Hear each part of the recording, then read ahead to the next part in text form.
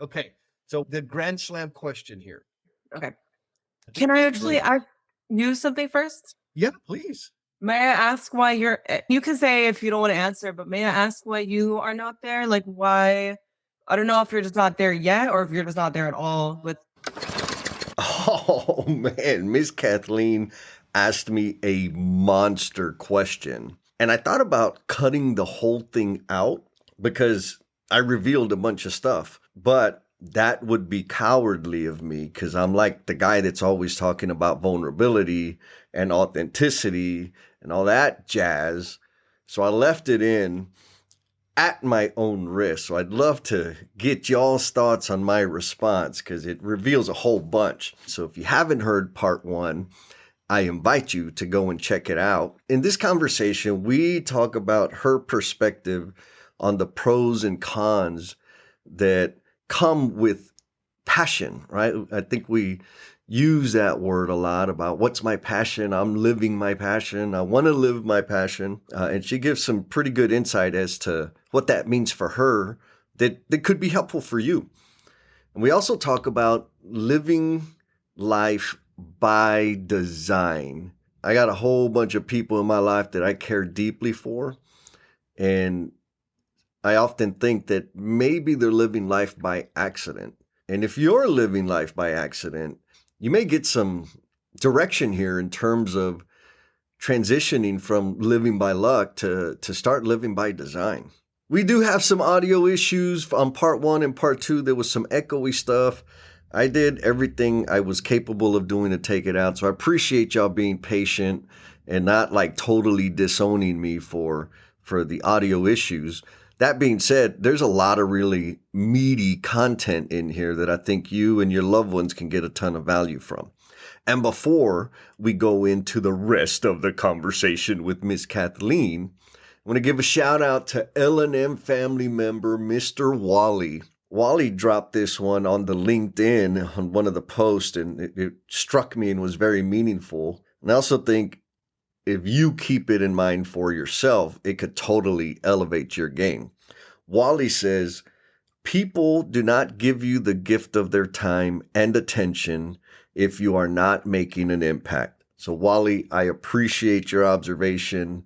It does bring me peace to know that at least one person is getting some positive impact from all the wacky stuff that I put out there in the world. And for the L&M family members that are content creators or content creation curious, always keep in mind, like the time and attention that people gift you with is a treasure to be cherished. And I treasure the time and attention you spend with me. And so I'm going to stop flapping my gums. And here we go with Miss Kathleen. Now, so you've mentioned the word passion a couple of times and that you're a passionate person. What other passions do you have that you cultivate and play around in? I feel like I try to find passion in pretty much everything that I do. I know that Yeah. sounds unrealistic, but that's just me. People always say that I'm so positive. I always have a smile on my face, but it's for a specific reason. I just try to stay positive, and with that, it allows me to bring a lot of passion into my life. I love sports, for example. I love snowboarding, hiking. I love walking my dogs. We go rollerblading. I'm passionate about my dogs. I'm passionate about being outside, being outdoors. I just really just try to find enjoyment in everything. And I just feel like I allow a lot of passion. And I feel like a lot of people don't let themselves feel that much, but I do. Okay, I'm with you, girl. It's specifically when you said people don't allow themselves to feel that much. Why do you think people like pump the brakes in allowing themselves to feel that joy or choose to do things that bring them joy? There's a lot of reasons. One example is just the fear of being hurt, the fear of, yeah, that's probably the biggest one, the fear of being hurt, the fear of feeling like that devastation. Whenever you become passionate about something and it doesn't work out, like even for example, in a relationship, if you're really passionate about that relationship, about that person, but it doesn't work out, you're gonna end up feeling pretty devastated versus if you don't allow all of those feelings to spill out within that relationship, then at the end of the relationship, you're not as devastated because you didn't let yourself fully feel everything that you could have felt. So that's one thing, but I feel like things that might have happened to you in your childhood have a big part of that. So if you felt a lot of failure already when you were a child, maybe you don't want to feel any more failure. You're just over it. And so you just stop yourself from taking that extra step forward. Yeah, I just feel like there's different reasons for that. Agreed. There are a bunch of reasons. What's interesting, when I was guarded in the way I lived life and held back to protect myself, it ended up making everything bland and gray. And so, yeah, maybe I was not getting as hurt. I wasn't exposed or as vulnerable to hurt, but I also didn't have a lot of happiness or joy. What do you think about that? That's exactly what happens when you don't let yourself feel everything. And I don't want to say like everybody needs to be so passionate, let themselves feel everything. Because some people can't. Some people don't Right. have that capacity. Some people, because of maybe some trauma or things like that, they can't. They don't have that capacity. And if they did let themselves feel something and it went wrong, their whole world would be destroyed. Yeah. So I can't say it'd be the case for everybody, but that it is true. If you don't allow yourself to feel everything that can be felt, you're not going to feel all the positives. Everything has a positive and a negative. You can be extremely passionate about something. You can take in all of the advantages, but that also means you have to take in all of the disadvantages as well. Oh, girl, 100%. So Yeah. I'm going to make an assumption here in that you have a pretty healthy support system. How accurate is that? Yeah, it's pretty accurate.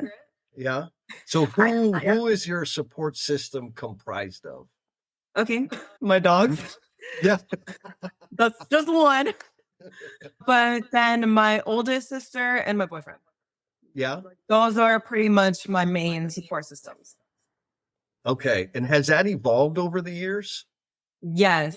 Time equals change. And me and my oldest sister have always been really close with each other, but over the years we've become closer and closer. Sorry, I'm trying to figure out like whether I want to go there or not. My mom and I used to be really close. And I thought that she was my support system. But over time, I have just been I've been trying to make changes for me and for myself. And that kind of meant learning things that I didn't want to learn, Mm, specifically about my mom.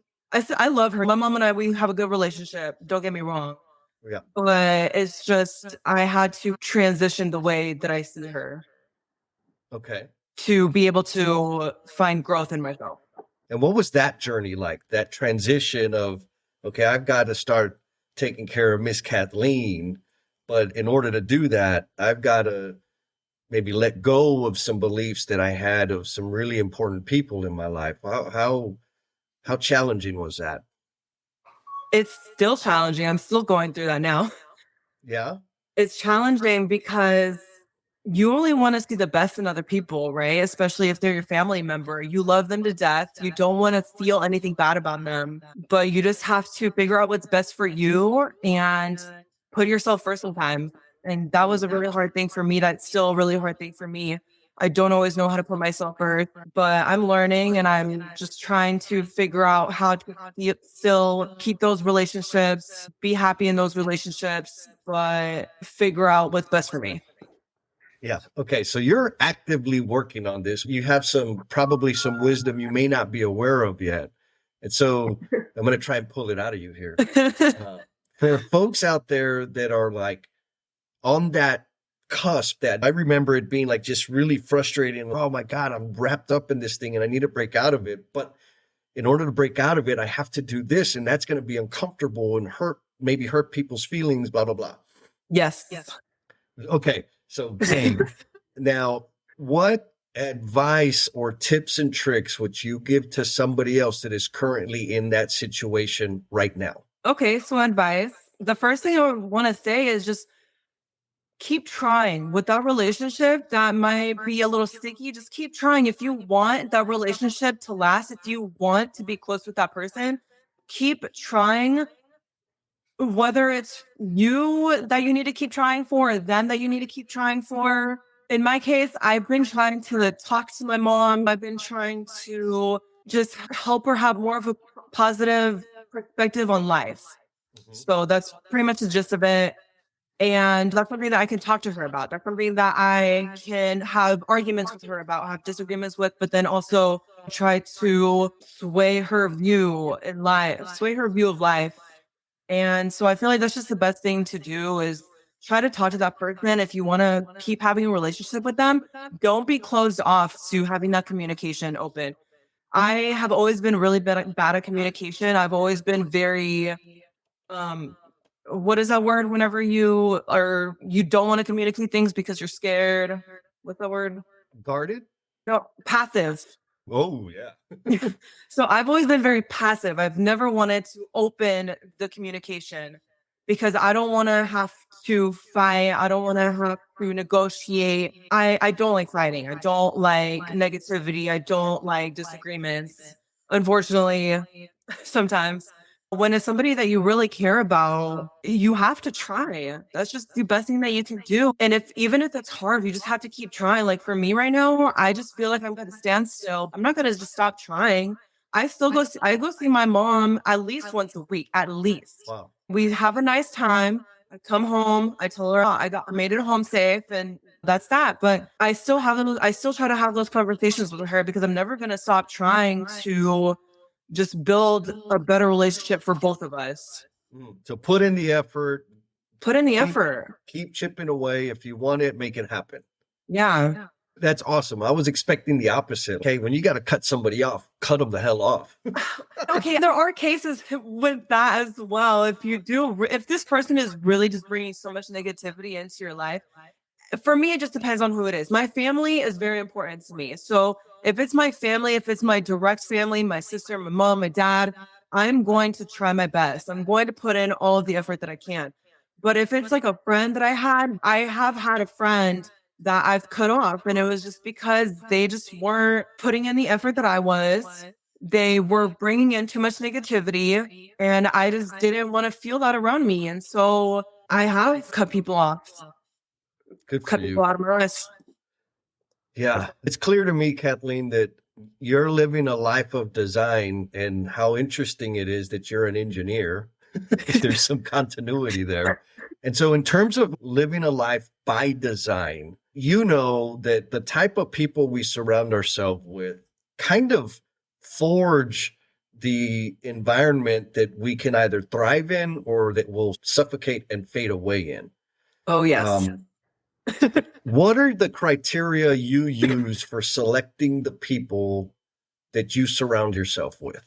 I don't know if I really have criteria. To be honest with you, I don't really have a lot of friends.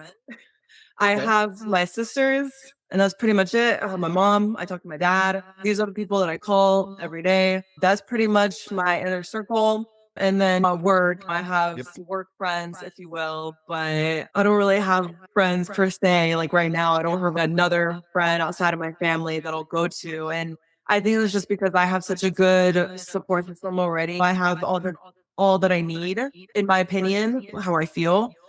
But I still love to engage with other people like at work. So with Renee, for example, he's actually a really interesting guy. And like you said, he is really mature.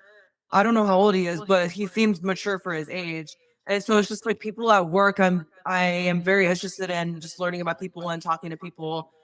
But I guess I just haven't really reached out more. Again, like I said, I have everything that I need, but back in college, I made a lot of decisions that weren't the best. And it was because of the people that I surrounded myself with.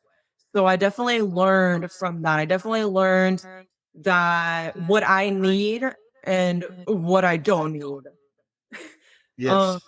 So that's why I just don't really try to go out there and try to make more friends, just because I just realized that I really don't need all of these outside forces, and just to keep to my inner circle. Here's what I'm getting. is you have a tight knit circle. In your case, it's your family. Yeah. And it's not this enormous, great, giant number crowd of people. It's a very small circle, and they provide you what you need to live in passion and live your joy. How's that? Yeah, that's perfect. Awesome. So Renee, I think Renee's he's 28 or 29. Oh, wow. Yeah. Did you think he was younger or older? So when I first met him, I thought he was like in his early 20s. Mm, And that's not based off of how he acts, because, like I said, he acts very mature and he does seem pretty wise. But it was just how he looks. He looks really young. But then I sure. learned that he has 30 kids, and I was like, oh, so I changed my perspective. I was like, is he in his 30s? I don't know. Yeah, he's almost there. Almost there. He's got the Almost little there. raptors, and I love getting them all excited and leaving, leaving him to deal with it. I think so. Here's my take on it, and thank you for answering the question, because I know they're weird questions, but I think the core thing there is, because I have a small circle also, but it's not comprised of all of my family. Renee is in the circle. My family I care about and I love them, but they're not my go-to. Renee, I go to hit Renee every now and then, and I'm there for him whenever he needs it. But I do have a very small group of people that are my support group. They're the people, and I'll be selective about, okay, I want to learn a new skill or starting my business. I'm trying to get into creating an online business. I need a friend that's done that so that I can learn from them. And so I'll go pick a friend based on that. And that's why I asked that question the way I did, is what's the criteria? Because I do this thing, now I do it on purpose. I didn't know I was doing it on purpose before. It's just something I did by default. Is when I want to learn something or have a new experience or whatever, grow in a specific area, I will find somebody that has those traits or that experience and then make them part of my circle. I don't mean I abduct them or kidnap them or anything, but I just spend more time with them. You know what I mean? Yeah. And now what's important, what I want our L&M family members to take away is that if your inner circle is your family, amazing. What comes across to me, Kathleen, is you are living in your passion, and you do have your joy and fulfillment is emanating through in our conversation and the energy of your voice. And you said, like, when I asked you about your support system, you're like, yes, hell yes, I got one. You didn't say that, but that's what it felt like. And in your case, it happens to be your family. In my case, there's only one family member directly in that. I think the takeaway is, are you intentional about your support system? To the listener out there, if you're stuck and if you're in this space of, what's it called, the twilight zone, be intentional about design your damn support system. Spend time in the things you care about. Do you think that's decent advice? Yeah, definitely. The people that support you are the people that you also need to support back, though. Ooh, I try to remind myself, if somebody's putting in so much effort to help me, I need to put in the same amount of effort to help them, if not more. That's definitely something, because I'm in a pretty good place in my life right now. I'm pretty happy. Things are moving along, things are going well.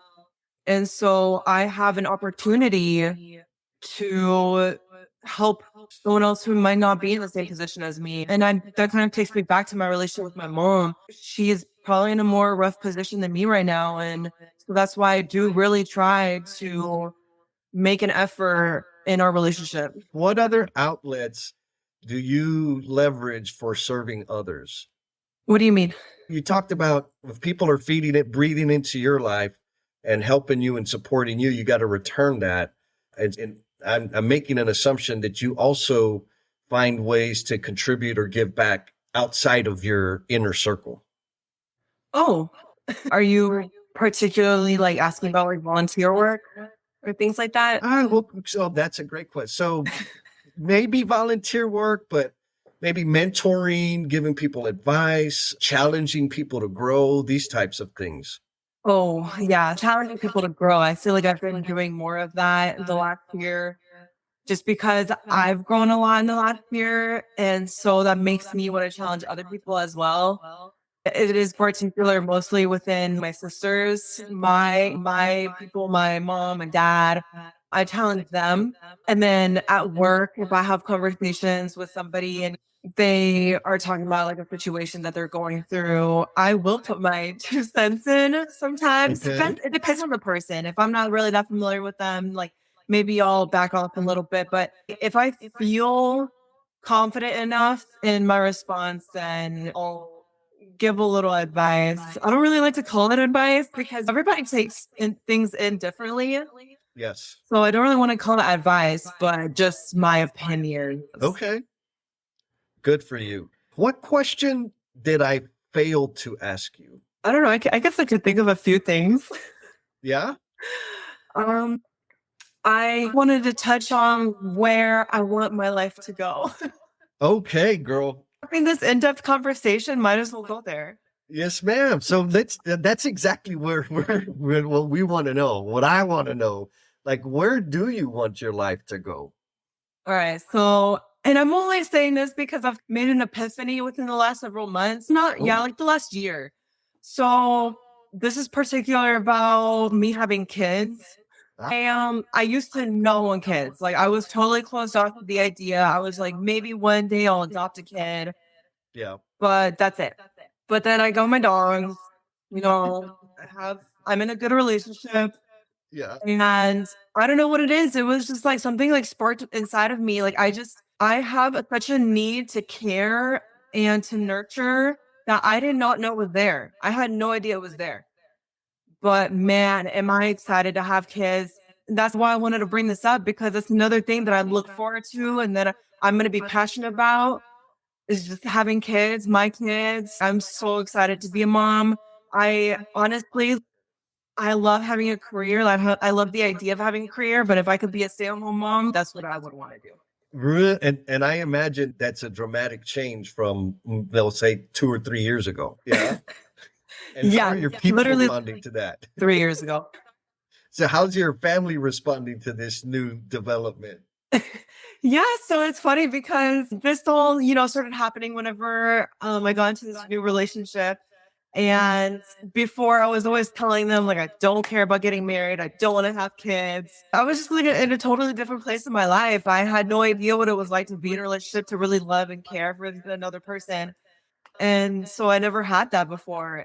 And so I would always say these things because I didn't know what it was to love and care. I didn't know how passionate I would become about that. And so when I told them that I want to have kids now, I want to get married now, they were super surprised. They were like, "Oh my God, what? You're doing a full 180."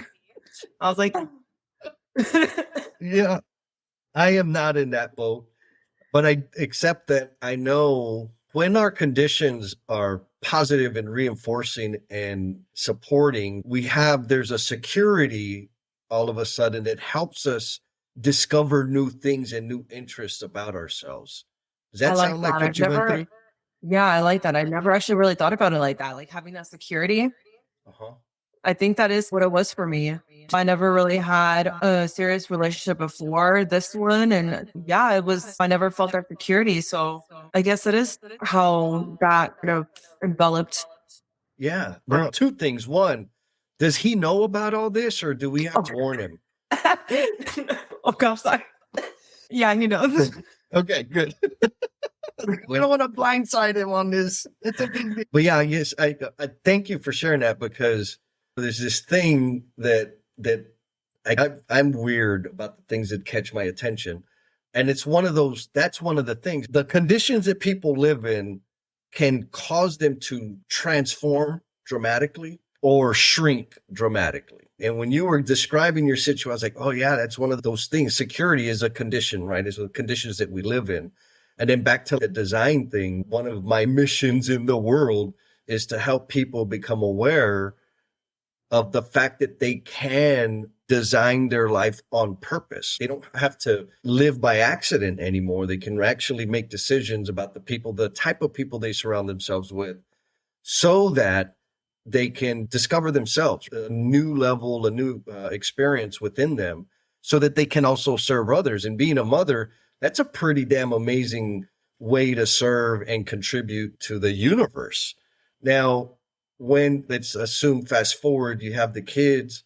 Are you going to get rid of the Aussies? What are you going to do with them? Oh no, I'm keeping the Aussies. So it's everybody, the family, pets, the whole thing. Oh yeah, definitely. Oh yeah. That's like my That's dream. Whenever I picture my dream life, I guess in a few years from now, 5, 10 years, I don't know. yeah. But that's what I picture. All of the dogs, all of the kids. Wow. Yeah. Oh, that's exciting. Okay. So the grand slam question here. Okay. I think you answered it, but I don't know. I Can think I it's actually really- ask you something first? Yeah, please. May I ask why you can say if you don't want to answer, but may I ask why you are not there? Like why, I don't know if you're just not there yet or if you're just not there at all with fatherhood. Oh, I love it. I have a daughter and she's, oh my goodness, 24. That was not a planned situation. And when she was born, I was a mess. And when I say a mess, I was a horrible representation of what a young man should be. And so technically, I have a child. I was not a father by any stretch of the mean. The closest I come to that is my relationship with Renee. And still, I'm a brother, right? Now, around the relationship thing and the family thing, I, for a very long time, and when I say a very long time, I would say from high school all the way until about maybe 5 years ago, tried like hell to be in relationships. It's not hard for me to meet people and it's not hard for me to date. It's hard for me to stay in the relationships.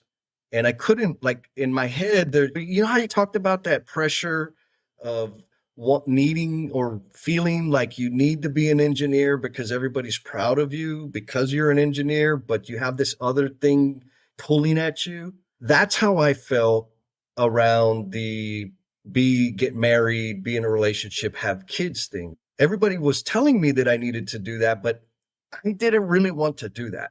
I did it, and every time I do it, it creates stress for me. Like it's a really stressful thing. Now, don't get me wrong. Like I appreciate the companionship and all the physical stuff and the emotional stuff. That's all great. It's all awesome.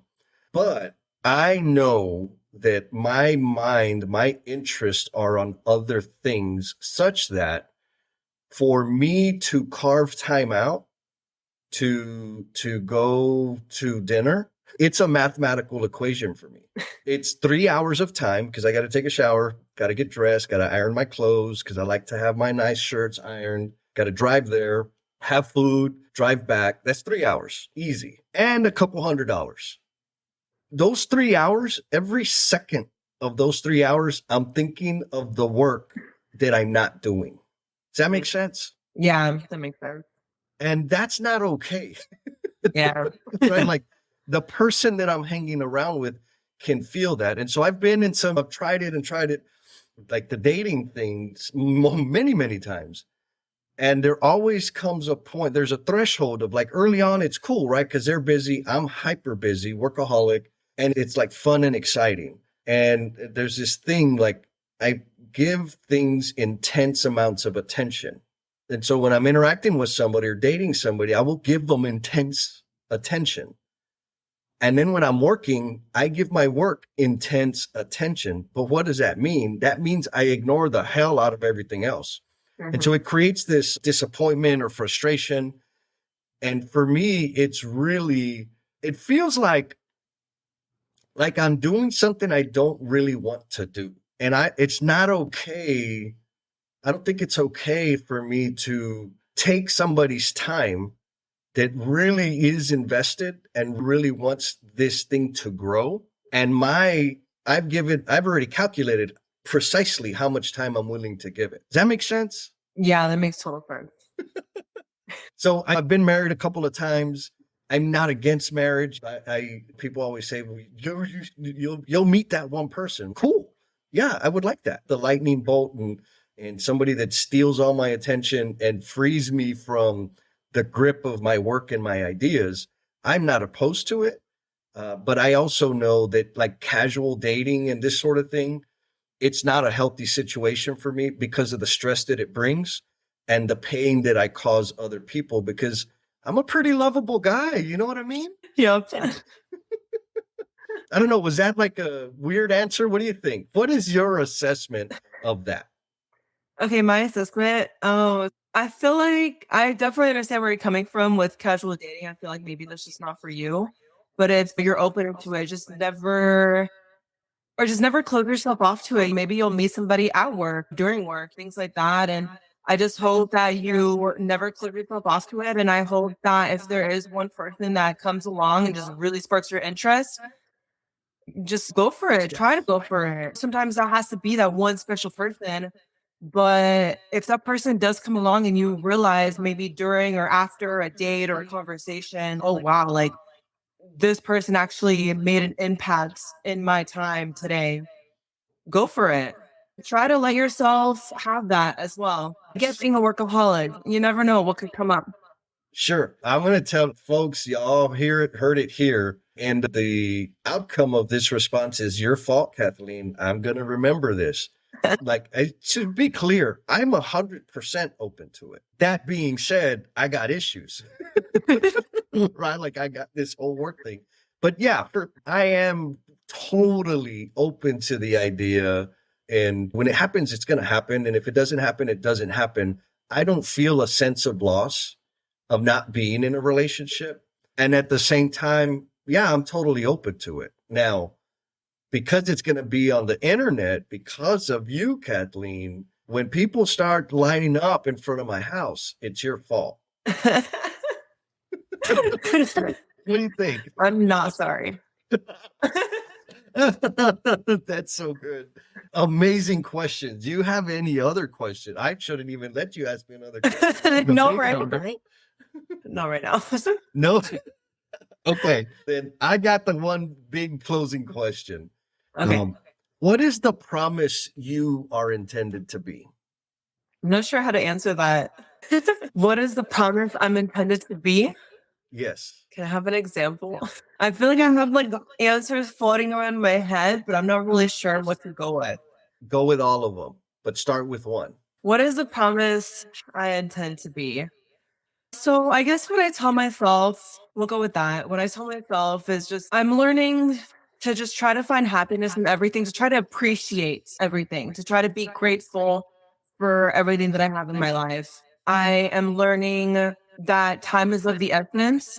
We work these jobs, we work these long hours, we do the same thing every day, Monday through Friday. And so I have to remind myself to switch it up, to enjoy every moment, enjoy moments both at work and outside of work. So my promise to myself is just always try to keep the same positive attitude that I've always had. Again, just be grateful for everything that I have. One big thing, help others. That is definitely one big thing I've been keeping in mind. Just be selfless, help others, be a mentor to others. One huge thing as well is just be a nurturer. I really want to be a nurturer. I want to nurture everybody in my life. Amazing. What I tell you, that conversation with Kathleen got me shaking in my boots there at the end when she was asking me all them really hard questions. And I spilled the beans a little bit, so I may be in the market for security, wink, wink. And before I let you go, I want to give a shout out to Sweat Equity Improvement, the sponsor of this episode. If you've ever been under like schedule pressure and your only option was to throw more people at it and work a whole bunch of overtime, Sweat Equity Improvement is for you. The folks that have been through the sessions are now equipped with a way to like study work, make it better, prove the result in terms of production, safety, and quality.